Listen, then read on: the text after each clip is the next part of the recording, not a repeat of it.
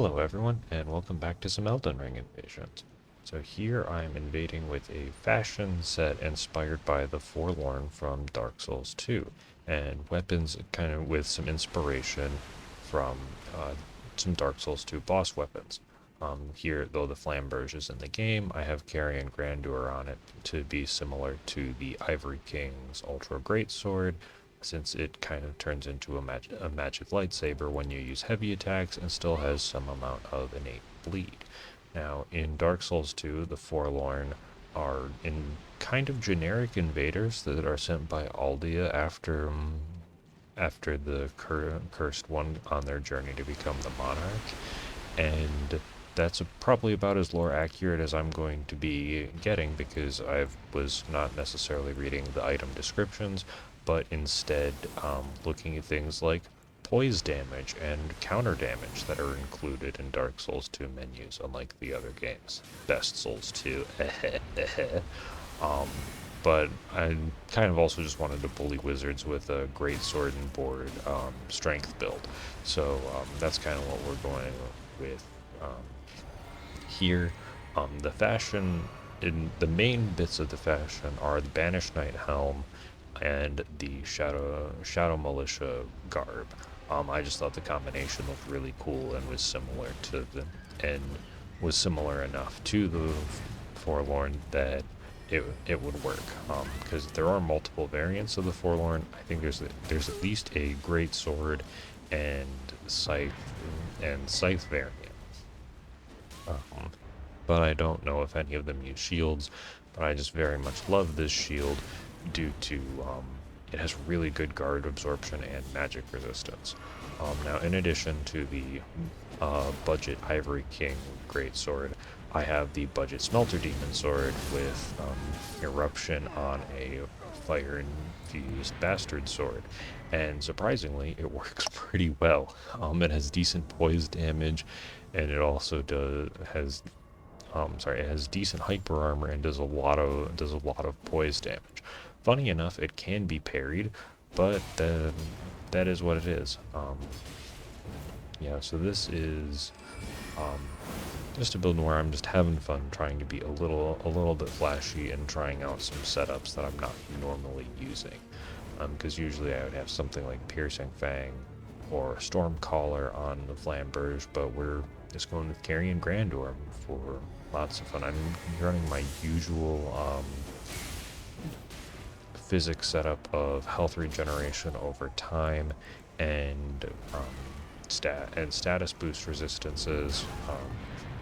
The talismans, I believe, are there's no Greatjar's Arsenal on the. I think it's Greatjar's Arsenal, I believe, is instead of Radigan's Sword Seal. And in addition to a lot of things being lethal in Dark Souls 2, one of the most notorious is fall damage, especially coming from Dark Souls 1 or Elden Ring. You can basically just like fall down and barely think that you would live in a lot of the other games, but you don't. You die a horrible, horrible death, just like if you were to fall down this ladder. Um, but now here's a little bit more active use of gravity. Yeah, and I think part of it is that I just haven't really used shields that much in PvP, although I'm not necessarily going for like main parries. The Carrion Retaliation, it's pretty easy to be just like a little early and hit a spell parry. Um, it's there's a lot less issue with connectivity with just like going a little early and blocking a spell. And I know the hand ballista is not in Dark Souls 2, but destructive great arrows and those ones that explode are in those games. So we're just using the version of that can be bought from the shop. I This weapon is on like every single build because it's so good just to look at a pipe, blast an explosive, and knock a phantom to their death. Um, but yeah, so a lot of this one is mostly a fashion build. I hadn't in these invasions were like sets over a couple days where I was still deciding what gloves and boots to wear. Um, although I forget which of the DLC crest shields it is. That's the main shield, but this one is a slightly lighter shield, magic infused, and so that way I can use a heavier main hand weapon and still have a soft swap.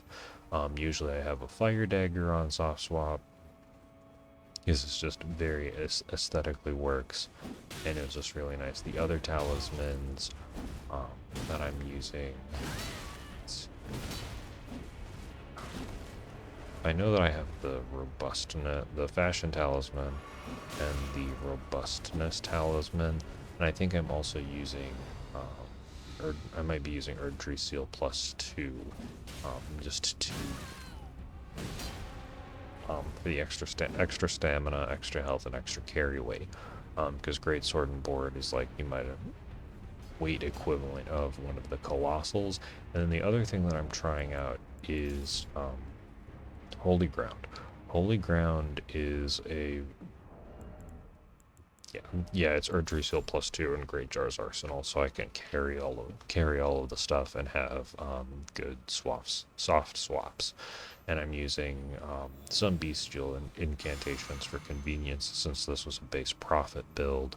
So I had the 16 faith, and regardless of what I was doing. Now, Holy Ground, unlike a Warming Stone, also increases your defense and all of your damage absorptions, and opponents can't use it. So unlike a Warming Stone, where they can come in and steal the health regeneration, they can't steal the health regeneration off of Holy Ground.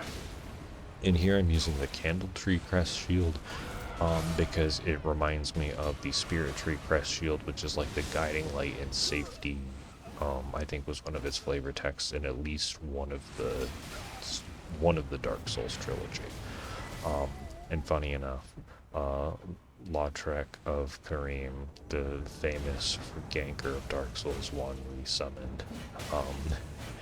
And then here I have a fire-infused halberd with flame spear to reminisce of the fire spitter spear obtained from the Guardian Dragon, if I remember correctly.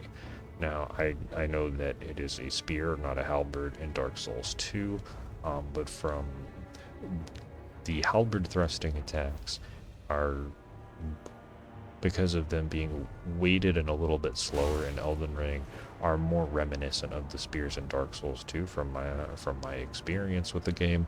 I could be wrong, but it just felt right on a halberd, especially because two-handing a weapon in Dark Souls 2 I feel like doubles the poise damage. I could be wrong.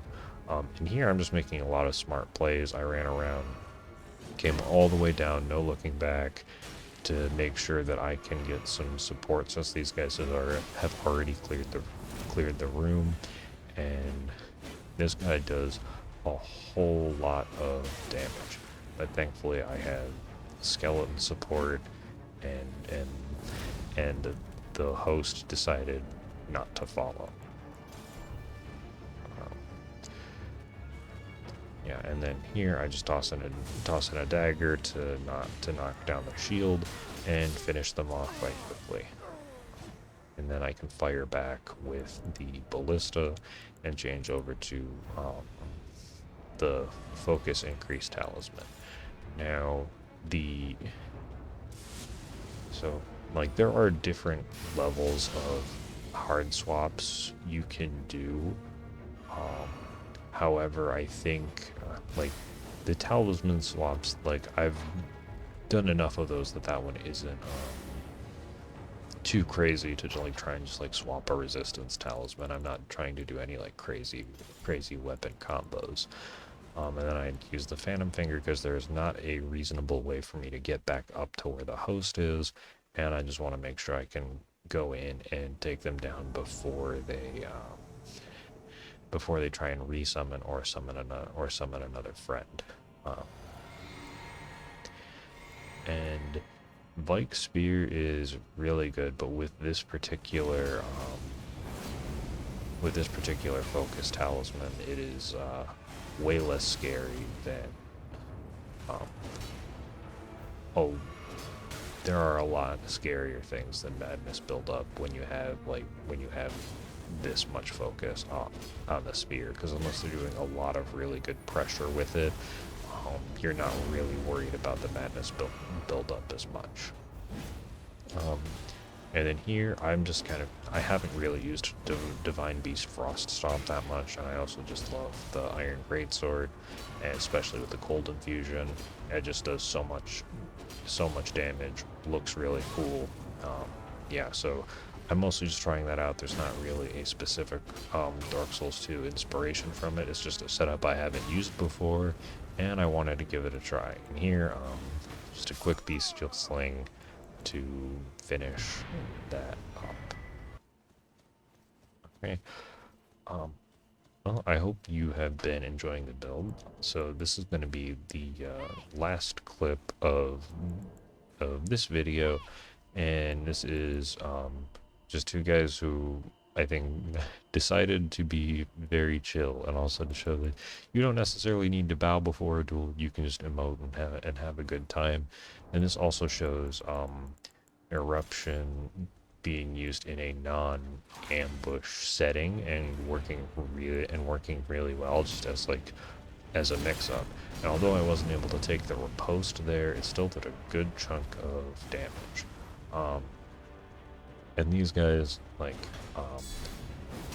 they've got a plan, and they aren't afraid to fight. And it was cool that they just decided to duel, because there were not very many enemies here, because the small dragons are useful, but without the royal revenants in these ruins, I am out of assistance.